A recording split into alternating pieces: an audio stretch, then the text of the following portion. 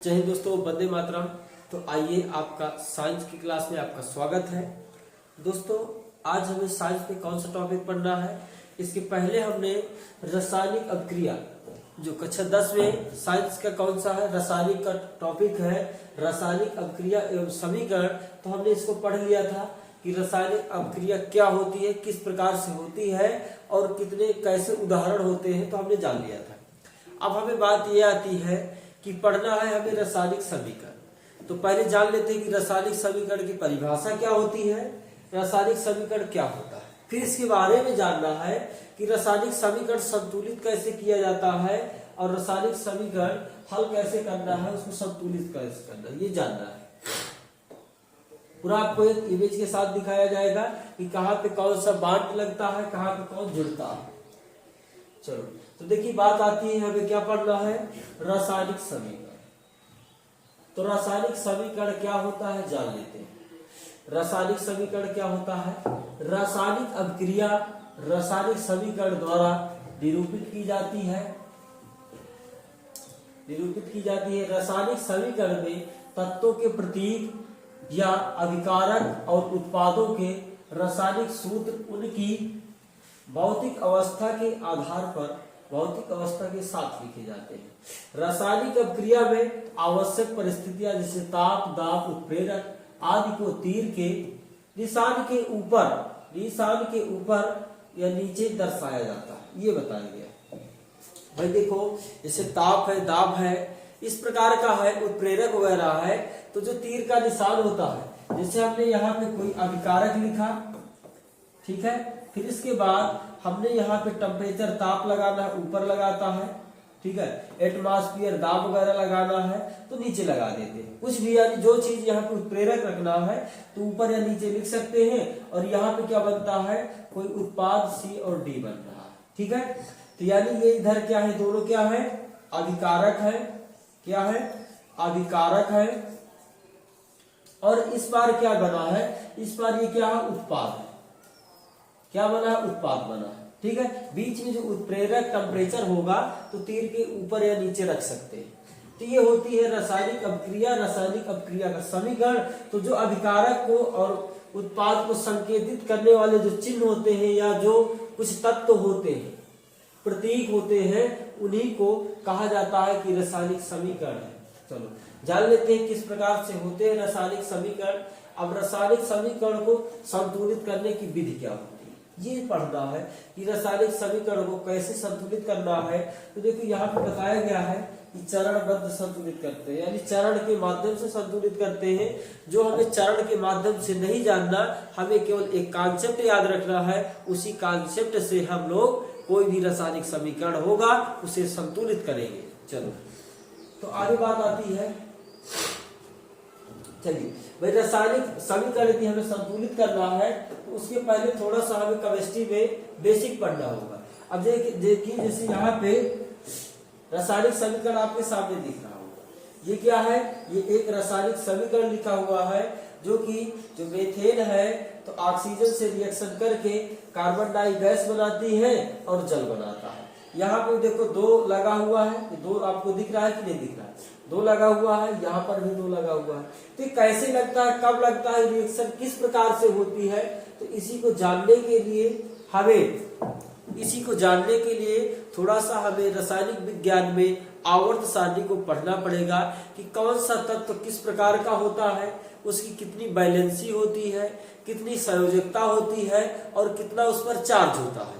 यदि आप इतना जान जाएंगे कि चार्ज कितना होता है, बैलेंसी कितनी होती है, तो जो कोई भी रासायनिक समीकरण है अपने आप संतुलित हो जाएगा। संतुलित करने के कोई चरण नहीं पढ़ना पड़ेगा कि आपको एक चरण, दो चरण, ये कोई आवश्यकता नहीं है। यदि आप बैलेंसी यानी संयोजकता और उसके चार्ज के बारे में जानते हैं तो आपको कोई भी रासायनिक समीकरण को संतुलित करने में कोई प्रॉब्लम नहीं होगी। तो केवल एक कॉन्सेप्ट आपको ध्यान में रखना है। तो चलो चलते हैं उसी कॉन्सेप्ट की ओर। वो कॉन्सेप्ट क्या है, बिल्कुल बेसिक से आपको उस पर ध्यान देना। पहले जान लेते हैं, थोड़ा सा जुकाम है, गले की आवाज ठीक ना रही हो तो कोई दिक्कत नहीं। चलो ध्यान दीजिए, तो ये क्या है, आवर्त सारणी। इसे क्या बोला जाता है, इंग्लिश में कहा जाता है पीरियोडिक टेबल बोला जाता है। इंग्लिश में क्या बोलते हैं? पीरियोडिक टेबल बोलते हैं, जबकि हिंदी में बोला जाता है आवर्त सारणी। आवर्त सारणी बोला जाता है। भाई अब की बात है तो पहले की जमाने की थी तो मॉडर्न होती थी, अब क्या है आधुनिक आवर्त सारणी चलती है। आधुनिक आवर्त, मॉडर्न जमाना है ना, मॉडर्न जमाना, यानी मॉडर्न पीरियोडिक टेबल है और आधुनिक आवर्त सारणी।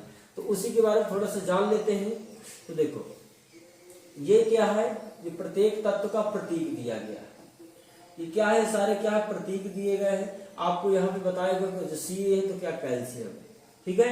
कैल्शियम पर जो क्या होता है परमाणु क्रमांक की बात की जाए तो कैल्शियम का परमाणु क्रमांक कितना होता है? 20 होता है। क्रमांक का मतलब संख्या, कितने नंबर पर पड़ता है, तो परमाणु क्रमांक कितना होता है? 20 होता है। जैसे हाइड्रोजन का 1 होता है, लिथियम का 2 होता है और लिथियम का 3 होता है, जबकि हीलियम का 2 होता है, सॉरी, ठीक है। बेरिलियम का 4 होता है। इसी प्रकार से बात किया जाए तो निकिल का 28 होता है, जिंक का 30 होता है, कापर का 32 होता है। इस तरह सारे तत्व के प्रतीक दिए हुए हैं और उनके परमाणु क्रमांक दिए हुए। क्रमांक का मतलब कितनी गिनती पर पड़ता है ये दिया गया है। परमाणु क्रमांक का लगभग 2 गुना, जो परमाणु क्रमांक होता है उसका लगभग 2 गुना होता है इसका परमाणु भार होता है। जो तत्व है इसका भार होता है।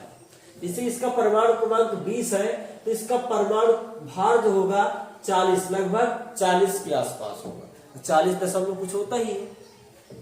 तो जान लो जो नीचे लिखा होता है तो क्या होता है, परमाणु भार होता है। कैल्शियम का परमाणु भार 40 होता है। ये परमाणु क्रमांक का 2 गुना होता है। इतनी बात समझ में आ गई। फिर इसके बाद अब आवर्त सारणी में कुल कितने तत्व होते हैं ये जान लेते हैं। तो आवर्त सारणी में कितने तत्व होते हैं?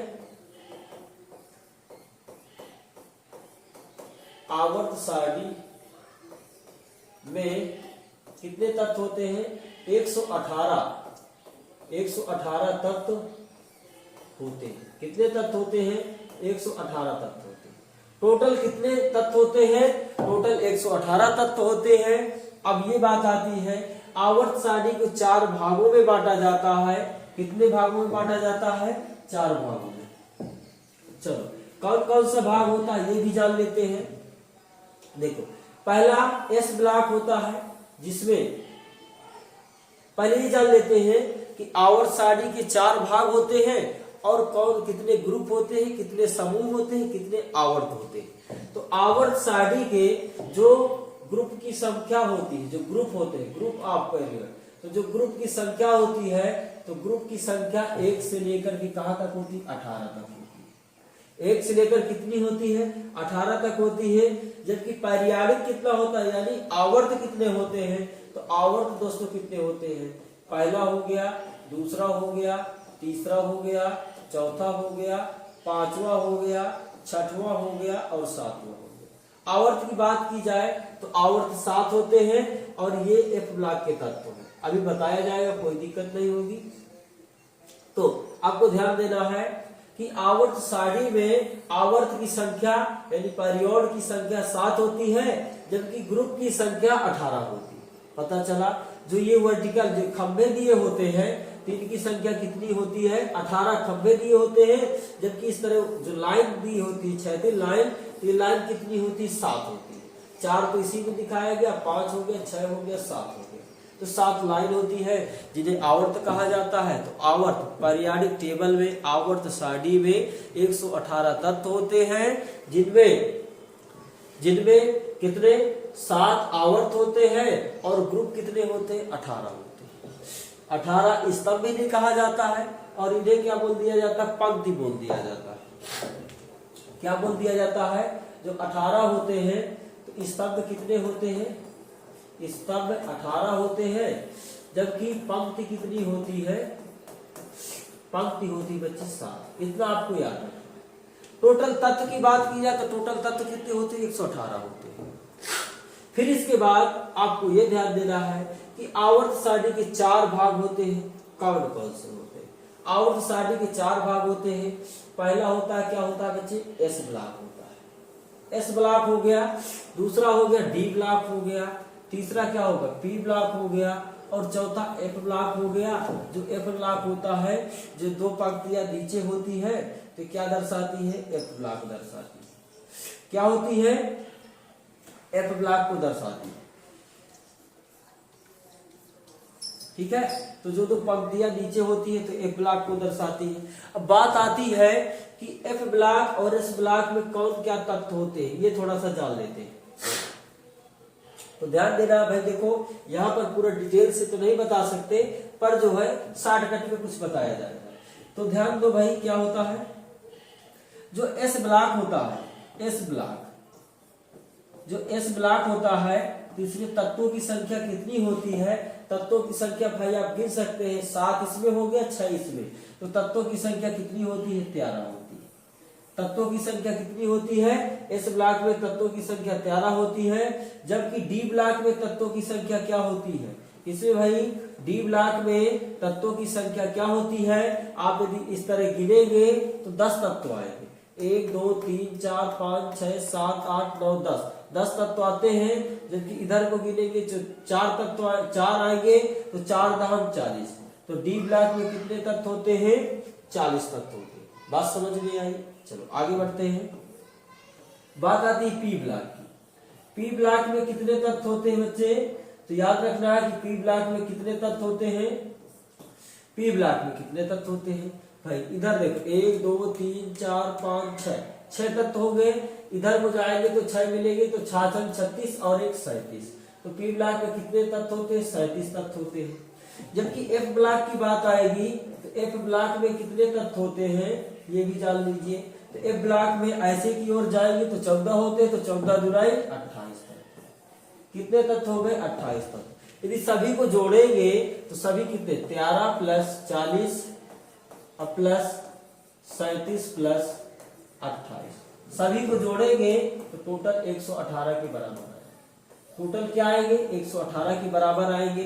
फिर इसके बाद इतना आपने आवर्त सारणी के बारे में थोड़ा सा जान लिया।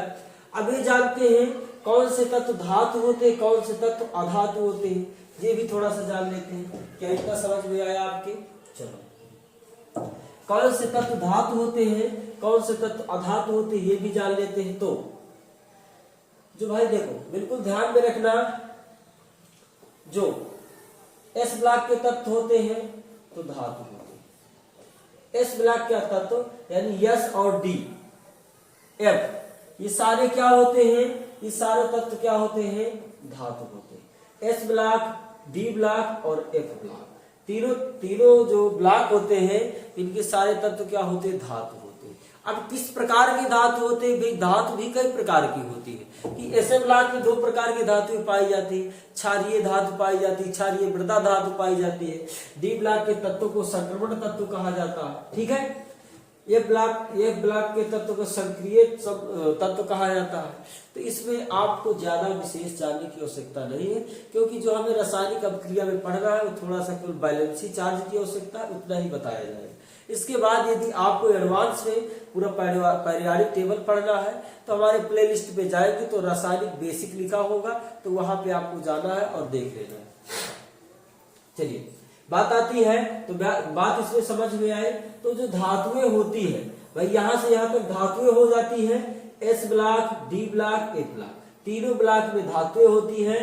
जबकि पी ब्लॉक की बात आती है तो बी ब्लॉक में तीनों तत्व पाए जाते हैं, धातु भी पाई जाती है, अधातु भी, उपधातु भी। तो ध्यान देना, ये जो सीढ़ी नुमा बनी होती है, ये क्या है, सीढ़ी नुमा जो बनी होती है, सीढ़ी नुमा आपको दिख रही है, तो जो सीढ़ी नुमा है इसे क्या बोला जाता है, इसे बोला जाता है उपधातु। क्या बोलते हैं, उपधातु बोलते हैं।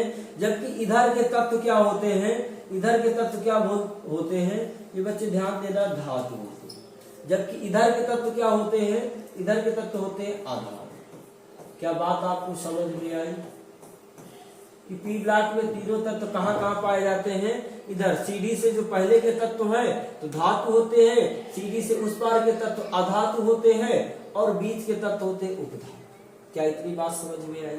फिर इसके बाद आप ध्यान देना, जो धातु होती है, जो धातु होती है तो इन पर जो चार्ज होता है,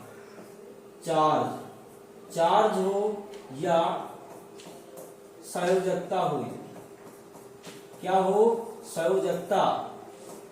तो चार्ज हो या संयोजकता हो तो धातुओं की संयोजकता हमेशा प्लस में होती है, जबकि अधातुओं की संयोजकता, अधातु की संयोजकता हमेशा बच्चे माइनस में होती है, चार्ज भी माइनस होता है, जबकि उपधातु की संख्या, उपधातु की संयोजकता या चार्ज प्लस माइनस दोनों होता है। ये ध्यान देना, प्लस माइनस दोनों होता है, इतना आपको याद रखना, ठीक है। चलो इतना आपको समझ में आया कि धातुओं की बैलेंसी संयोजकता चार्ज प्लस में और अधातुओं की माइनस में, जो उपधातु होंगे तो दोनों दर्शाते हैं। क्या यहां तक आपको समझ में आया? फिर इसके बाद आपने जान लिया कि धातु कौन होते हैं, अधातु कौन होते हैं, उपधातु कौन होते हैं, इतना जान लिया कि नहीं। चलो आगे बढ़ते हैं। तो आगे आपको जानना है कि जो पहले पर भाई पहला स्तंभ है, पहला स्तंभ, तो पहले स्तंभ वालों की सभी की संख्या +1 होती है। +1 कैसे होती? क्योंकि सारे तत्व धातु होते हैं, तो पहले वाले हैं तो +1 हो जाएगी। दूसरे वाले तत्व है, दूसरे वाले तत्वों की बैलेंसी भी, संयोजकता चार्ज भी 2 होता है और संयोजकता भी 2 होती है और प्लस होती है, क्योंकि भाई धातु की बात की जाती है इसलिए प्लस होती है। बात समझ में आया? तो पहला याद रखना है और दूसरा, पहले वाले की प्लस की बैलेंसी होती है, प्लस की संयोजकता, प्लस का चार्ज होता है, +1। दूसरे वाले की प्लस का 2 चार्ज होता है, 2 बैलेंसी भी होती है। क्या इतना समझ में आया? कोई दिक्कत यहाँ तक? चलो आगे बढ़ते हैं। देखो जो डी ब्लॉक के तत्व होते हैं इन्हें क्या बोला जाता है? इन्हें संक्रमण बोला जाता है। ये संक्रमण तत्व है। संक्रमण तत्व का मतलब संक्रमण, जैसे कोरोना वायरस था, सभी लोग जानते हैं, एक संक्रामक रोग था। क्या था? संक्रामक रोग था, जो हर जगह फैल जाता है, सभी से रिएक्शन कर लेता, सभी को हो जाता है, उसे संक्रमण कहा जाता है। ये सभी जगह फैल रहा है तो उसे संक्रमण कहा जाता है। इसी प्रकार से जो डी ब्लॉक के तत्व है इन्हें भी संक्रमण तत्व कहा जाता है, क्योंकि ये हर जगह सभी से रिएक्शन कर लेते हैं, इन्हें संक्रमण तत्व कहा जाता है। तो इसीलिए इनकी जो बैलेंसी, जो संयोजकता होती है, क्या होती है? जो संयोजकता होती है और जो चार्ज होता है, क्या होता है? चार्ज होता है। तो किसी का एक क्रम नहीं, किसी का एक कोई क्रम नहीं है। यदि भाई इस लाइन वालों की बैलेंसी 2 हो जाए, इसमें 3 हो जाए, इसमें 4 हो जाए, इसमें 1, इस प्रकार से कोई क्रम नहीं है। किसी की 2 है, किसी की 3 है। तो इसीलिए इनको जो है कोई इनका निश्चित नहीं बताया जाता। इनमें क्या होता है? इनका कोई निश्चित नहीं बताते। इन्हें कह दिया जाता है संक्रमण तत्व है, ये हर जगह रिएक्शन कर सकते हैं, इसीलिए इनकी परिवर्ती बैलेंसी बताई जाती है। तो क्या यहां तक बात समझ में आई? फिर इसके बाद यदि कोई भी अभिक्रिया आएगी तो वहां पर यदि हमने बता दिया कि इस तत्व की इतनी बैलेंसी होती है, इतना चार्ज होता है, तो उसको वहीं पर आपको याद रखना है। फिर बात आती है पी ब्लॉक की तत्व की। तो एफ ब्लॉक और डी ब्लॉक दोनों यही कंडीशन में होते हैं कि बैलेंसी, संयोजकता, चार्ज निश्चित नहीं होता। जबकि पी ब्लॉक की बात आती है तो 13 से स्टार्ट होता है, 14 होता है, 15 होता, 16 होता, 17 होता, 18 होता है, या इसको 0 भी कहा जाता है कि 0 ग्रुप के तत्व है। ठीक है, चलो अब इसके बाद जो 13 वाले ग्रुप होते हैं, 13 वाले ग्रुप होते हैं तो इनकी सभी की बैलेंसी 3 होती है, सभी की बैलेंसी 3 होती है। अब प्लस माइनस बता दिया है आपको, यदि धातु होगी तो प्लस होगी, अधातु होगी तो माइनस, उपधातु होगी तो दोनों दर्शाएंगे। क्योंकि भाई इसमें देखो ये वाले तत्व क्या होते हैं, ऊपर वाला सबसे जो बोरान होता है तो क्या होता है, उपधातु होता है, जो प्लस माइनस दोनों दर्शाएगा। बाकी ये सारे क्या होते हैं, धातु होते हैं, तो ये क्या प्लस दर्शाएंगे। ठीक है, समझ में आया।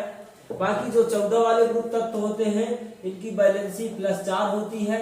ठीक है, 14 है तो 4, 13 है तो 3, इतना ध्यान में रखना। जब 15 की बात आती है तो 15 से अब यहाँ से कम होना प्रारंभ हो जाती है, तो 15 है तो 5 तो दर्शाएंगे, पर 4 में 1 कम करेंगे तो 3 भी दर्शाते हैं।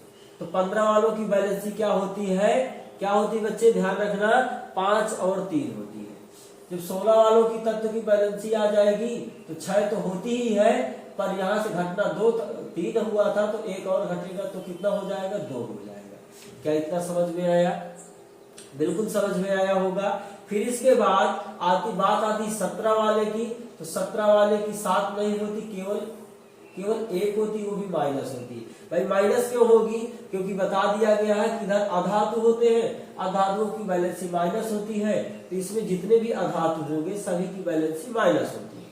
क्या बात समझ में आया? 18 वाले 0 होते हैं, तो इनकी वैलेंसी क्या होती है, 0 होती है, इन पर चार्ज भी 0 होता है। तो क्या आपको समझ में आया गया? देखो ध्यान दीजिए, ये बात कहीं पर लिखी नहीं गई, ये बात कहीं आप किताब में ढूंढेंगे तो कभी नहीं लिखी गई कि बैलेंसी कितनी होती है, चार्ज कितना होता है। ठीक है, ये हमने अपने रिएक्शन के अनुसार, हम जब रिएक्शन करते हैं बार बार तो हमें पता चलता नहीं यहाँ पे चार्ज इतना, इतनी बैलेंसी है, बार बार यही बताया जाता है। तो इसीलिए इसमें थोड़ा सा याद करने के लिए बता दिया जाता है कि 13 वालों की 3, 14 वालों की 4, 15 वालों की 5 और 3, 16 वालों की 6 और 2, इस प्रकार से याद करने के लिए बता दिया जाता है। धातुओं की प्लस में, अधातुओं की माइनस में, उपधातु की प्लस माइनस दोनों होती है। इतना याद करने के लिए आपको बता दिया जाता है, एक रिएक्शन करना आसान हो जाता है इससे, इसलिए बताया जाता है, जबकि किताबों में ये सब बातें नहीं लिखी है। ठीक है, चलो आगे बात आती है कि अब क्या करना है भाई। इतना हमने जान लिया कि बैलेंसी क्या होती है, चार्ज क्या होता है। चलो अब चलते हैं क्या, रिएक्शन की ओर। अब जानेंगे रिएक्शन में क्या। देखो तो रिएक्शन आपके सामने लिखी हुई है, रिएक्शन आपके सामने लिखी हुई है।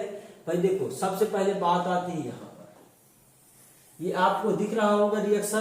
तो रिएक्शन क्या है, देखो यहाँ पे H2 2 बार है ना, तो पहले एक बार H2 हमने लिख दिया। H में 2 लगा के क्यों लिखा जाता है, ये भी आपको क्लास में बताया गया है कि भाई द्विपरमाणु जो होता है, जो तत्व द्विपरमाणु होता है उसको यदि सिंगल लिखा जाता है तो हमेशा 2 लगा के लिखा जाता है बेस में।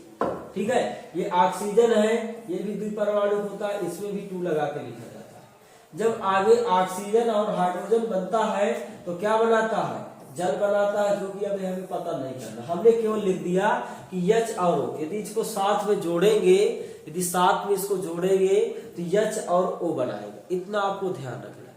अब चेक करना है कि उधर सूत्र हमने सही लिखा कि गलत लिखा। भाई हमने क्या किया, H2 है प्लस O2 है, आगे जो बनता है तो HO, भाई जोड़कर तो लिखना आता है ना, जोड़कर लिखना आता है। अब चेक करना है, चार्ज या बैलेंसी से चेक करना है कि सूत्र सही है कि गलत है। कैसे चेक करना है, चार्ज या बैलेंसी से चेक करना है। तो पहले देखो ध्यान दीजिए, पहले इधर से ही चेक कर लेते हैं कि हमने सूत्र सही लगाया कि गलत लगाया। पहले इधर से चेक कर लो कि यहाँ पे कितनी मात्रा लेना पड़ेगा, तभी तो यहाँ 2 बार है ना भाई। तो ध्यान दो, बताओ हाइड्रोजन पर पहले वाला तत्व तो है कि नहीं, हाइड्रोजन पहले ग्रुप का, तो इसकी +1 की बैलेंसी होती है। ऑक्सीजन 16वें ग्रुप का तत्व है, इसकी -2 बैलेंसी होती है, क्योंकि आधातु होता है। क्या बात समझ में आई? अब आपको याद रखना, उस पर जाना है, ध्यान में बताए थे। ये देखो 16वें ग्रुप की बैलेंसी कितनी होती है, 2 भी होती है, और ये जो ऑक्सीजन होता है आधातु होता है, इसलिए माइनस होती है। हाइड्रोजन पहले वाला है, इसलिए +1 होती है। समझ में आ गया होगा। चलो आगे चलते हैं। अब ये बताओ भाई, इसमें देखो 2 है, 2 का गुणा कि नहीं, 2 ऑक्सीजन है, यदि 2 ऑक्सीजन है तो एक भैया की -2 हो गई और दूसरे की -2 हो गई, तो क्या ये -4 हुआ कि नहीं, ये बताओ कितना हुआ। गणित तो आता होगा, तो -4 हो गया। -4 समझ में आया। अब इसको रिएक्शन करने के लिए +4 होना जरूरी है। इसको रिएक्शन करने के लिए +4 होना जरूरी है। भाई ये +1 है, 2 का गुणा हुआ तो केवल +2 हुआ, इसमें 4 का गुणा करना जरूरी है। भाई इसको 4 बार होना चाहिए, जैसे -4 ये है तो इसको +4 होना चाहिए, ये जरूरी है। चलो तो भाई ये +2 हो रहा है, क्योंकि +1 इसकी बैलेंसी होती है, ये 2 का गुणा है तो करा दिया तो +2 हुआ। तो अब यदि यहाँ पे 2 लगा देंगे तो गलत हो जाएगा, तो हमें आगे 2 का गुणा कराना पड़ेगा। यदि आगे 2 का गुणा कराएंगे तो 2 दूना 4, ये +4 हो गया। अब ये जो है एक दूसरे से रिएक्शन कर लेंगे, तो जब एक दूसरे से रिएक्शन करेंगे तो जो यहाँ पे प्रोडक्ट तैयार होगा तो +4 -4, तो यहाँ पे इसी प्रकार आना चाहिए, इसका 0 चार्ज 0 होना चाहिए।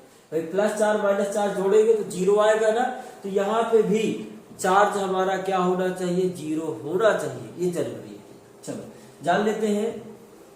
तो भाई हाइड्रोजन +1 होता है, एक ही बार है तो कोई दिक्कत नहीं, एक ही बार हुई। हाइड्रोजन ऑक्सीजन -2 होता है, अभी यहाँ पे समझाया गया है। चलो भाई ये तो गलत नियम है ना, ये +1 ये माइनस का गलत, भाई -1 आएगा इसको जोड़ने घटाने पर, इसका मतलब हमें हाइड्रोजन की मात्रा बढ़ानी पड़ेगी। यदि हाइड्रोजन में आगे हम संख्या लगाएंगे तो दोनों बराबर बढ़ेगा, दोनों बराबर बढ़ेगा कि ना बढ़ेगा। तो हाइड्रोजन में ऐसा करते हैं, यदि यहाँ पे हम 2 का गुणा करा देते हैं तो ये बन जाता है क्या, ये बन जाता है H2O, और H2O क्या होता है ये बच्चे, जल होता है। ठीक है, ध्यान में रखना क्या होता है, जल होता है। तो H2O, अब देखो H में 2 का गुणा, तो 2 का गुणा 1 में कराएंगे तो प्लस का 2 आएगा, ऑक्सीजन -2 होता है, इसका चार्ज 0 हो जाएगा। समझ में आया, जल का सूत्र बन गया। अब थोड़ा सा चेक करते हैं संतुलित करना कैसे। भाई संतुलित कर लीजिए, देखो हाइड्रोजन की संख्या कितनी है, यहाँ पर टोटल 4 है, यदि 2 का गुणा आगे हम करा देंगे तो 2 दुना कितना हो गया, 4 हो गया। ऑक्सीजन यहाँ पे केवल 2 बार था, 2 का गुणा ऑक्सीजन में हो गया तो ऑक्सीजन भी 2 हो गया।